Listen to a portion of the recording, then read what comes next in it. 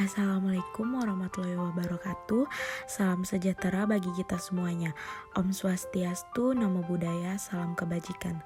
Perkenalkan, nama saya Safira Cesarani dan teman saya Zadai Deriksa dan Rifaldin Duha. Di sini kami akan menjelaskan tentang diplomasi untuk memenuhi tugas konten digital MK Pengembangan Jejaring oleh Ibu Rizky Apriani Putri.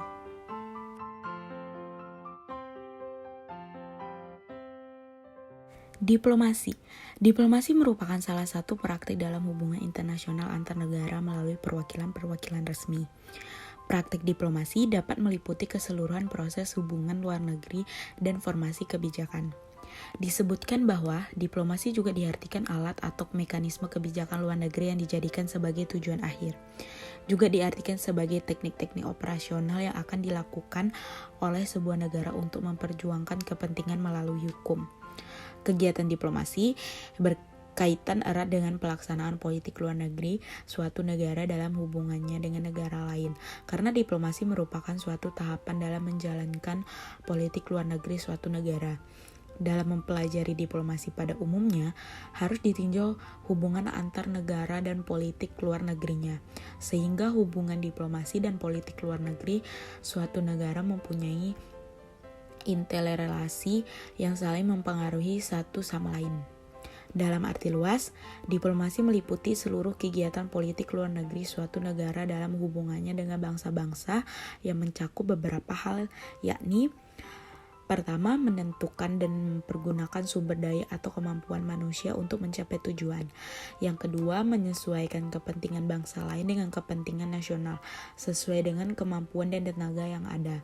Yang ketiga, menentukan apakah tujuan nasional sejalan dengan kepentingan bangsa atau negara lain. Yang keempat, mempergunakan sarana dan kesempatan dengan sebaik-baiknya. Asal-usul diplomasi. Dilacak dari asal-usulnya, diplomasi dimulai pada zaman kuno. Orang Cina, India, Mesir, dan Mesopotamia pada ratusan tahun sebelum Masehi telah mengirimkan dan menerima utusan dari dan ke negara lain yang bertugas untuk merancang perdamaian dan berusaha menyelesaikan perselisihan. Di Barat, diplomasi modern dimulai di abad ke-12 atau 13 ketika penguasa-penguasa wilayah mengirim utusan kepada penguasa lainnya. Para utusan ini bertugas menyampaikan pandangan penguasa yang mengutusnya dan berunding serta membuat kesepakatan atas nama majikannya dengan penguasa setempat.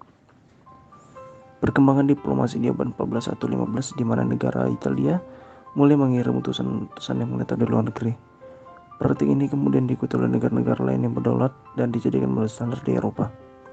Tujuan menetapnya utusan-utusan tersebut adalah agar mereka dapat memonitor kejadian di negara lain tersebut secara terus-menerus demi kepentingan negaranya. Perkembangan berikutnya terjadi karena adanya Kongres Wina tahun 1815. Saat itu, para negarawan sadar akan perlunya mengatur hubungan diplomatik di antara negara-negara Eropa. Lalu setelah berakhirnya Perang Dunia Kedua, tepatnya pada tahun 1948, Komisi Hukum PBB membuat rancangan konvensi diplomatik yang mengatur tugas dan tanggung jawab korps diplomatik. Dalam sejarahnya, diplomatik memiliki banyak metode dalam pelaksanaannya. Namun, terdapat dua yang paling dikenal, yaitu metode Perancis atau diplomasi lama tradisional dan metode Amerika atau diplomasi baru. Metode Perancis adalah teori dan praktik negosiasi internasional yang dicetuskan oleh Richelieu, dianalisis oleh Callieres, dan diperhatikan oleh semua negara Eropa selama 3 abad sebelum Perang Dunia Pertama. Ada 5 hal yang menjadi karakteristik diplomasi tradisional, di antaranya 1. Eropa dianggap sebagai wilayah yang penting di dunia.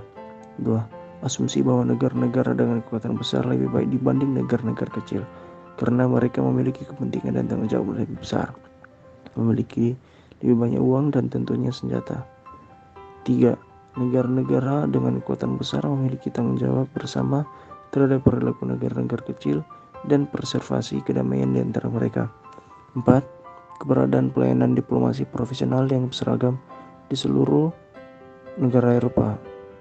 Mereka mewakili pemerintahnya di ibu kota negara lain dan memiliki standar pendidikan yang sama, perjalanan dan tujuan yang sama pula. Dan terakhir 5, Aturan yang menjelaskan negosiasi harus bersifat rahasia atau confidential. Diplomasi merupakan suatu alat yang membawa kepentingan negara dalam level tertentu. Dari diplomasi tersebut, sebuah negara akan menghasilkan keputusan kerjasama antar negara untuk menyelesaikan konflik yang terjadi. Oleh sebab itu, perlu adanya penyelesaian agar negara-negara tersebut aman untuk ditinggali. Pola-pola diplomasi terdiri dari diplomasi bilateral, diplomasi multilateral, diplomasi asosiasi, diplomasi konferensi, diplomasi personal atau pribadi, dan diplomasi tingkat tinggi atau summit diplomasi. Pola-pola